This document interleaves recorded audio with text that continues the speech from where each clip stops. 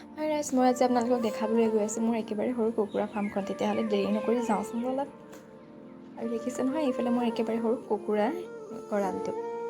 এতিয়া দেৰি নকৰি ভিতৰলৈ সোমাই যাওঁ বলক।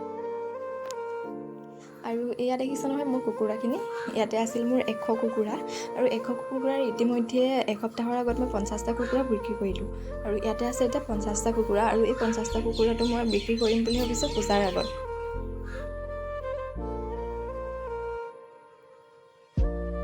আৰু যিহেতু কিনা দানা খোৱালে বেছি আমাৰ পইচাও খৰচ হয়, আৰু পইচা যিমান খৰচ হয় তাৰ পৰিৱৰ্তে লাভটো অলপ কম হয়। সেইকাৰণে মই ঘৰতে ব্যৱহাৰ কৰিছোঁ মাকৈ গুড়ি আৰু তুঁহ গুড়ি আৰু চাপৰ, তিনিওটা ভালকৈ মিক্স কৰি ল'ম আৰু ভালকৈ পানী অলপ দি এনেকৈ সেনাই ল'ম।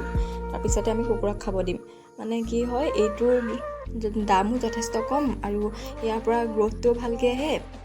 তাৰ দ্বিতীয়তে মানে কম খৰচতে বহুতখিনি হৈ যায়।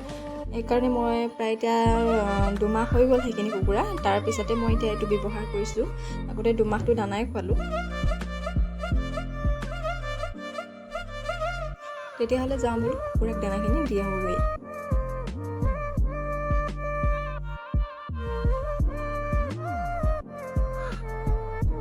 এইফালে দেখিছে নহয়, এইফালে কুকুৰাক যিবোৰ মানে দানা দিয়া যতন, এইবোৰ মই ব্যৱহাৰ কৰা নাই। যিহেতু তেনেকুৱা এযোৰতে তোমাৰ 400-500 টকা পৰি যায়, আৰু সেইকাৰণে মই ঘৰতে কিবা পেলনীয়া এনেকুৱা নাৱা আছিলে তাকে ব্যৱহাৰ কৰি লৈছোঁ, আৰু ওপৰত বাঁহ বান্ধি দিছোঁ যাতে সিহঁতে গোটেই মানুহজনী দানাখিনি উঠিব নোৱাৰে। মানে কি, গোটেই মানুহজনী যদি দানাখিনি উঠি যায় তেতিয়া ভৰি দি খুচৰে আৰু দানাখিনি বহুত বেছি নষ্ট কৰে। আৰু সেইকাৰণে মই এনেকৈ বাঁহ দি বান্ধি লৈছোঁ। আৰু এতিয়া সিহঁতে অকল মূৰটোহে সোমাব পাৰে, আৰু মূৰটো সোমোৱাই সিহঁতে ধুনীয়াকৈ খাব পাৰে, আৰু তাৰ ফলত দানা অলপো নষ্ট নহয়। এতিয়া এইখিনি কুকুৰা চেল কৰাৰ পাছত মই ভাবিছোঁ ইয়াতে মই 200 কুকুৰা সোমোৱাম, আৰু তাৰপিছত আকৌ 200 সোমাম। এনেকৈ মানে মাহে মাহে যাতে মই কুকুৰাখিনি বিক্ৰী কৰিব পাৰোঁ তেনেকৈ কৰিম বুলি ভাবিছোঁ। আৰু এইখিনি কুকুৰা এতিয়া মোৰ হৈ গ'ল 3 মাহ হ'বৰ হ'ল।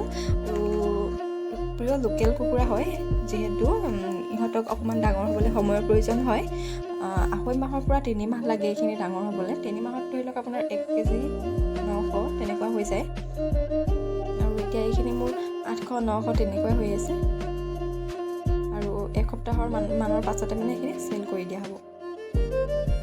আৰু এইখিনি সময়ে সময়ে ভেকচিনটো একদম পূৰা কৰা হৈছে, সেইকাৰণে একো প্ৰব্লেম দিয়া নাই। আৰু কেতিয়াবা এনেকৈ চাউল ধান দি এনেকৈ বাহিৰত মেলিও দিয়া হয়।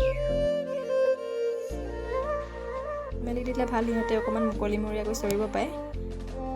আৰু ভেকচিনটো একেবাৰে প্ৰয়োজন, সিহঁতক সময়ে সময়ে দি থাকিব লাগে। আৰু যদি ভিডিঅ'টো ভাল পালে লাইক এটা কৰি দিব। আজিলৈ আহিলোঁ দেই ৰাইজ, বাই বাই।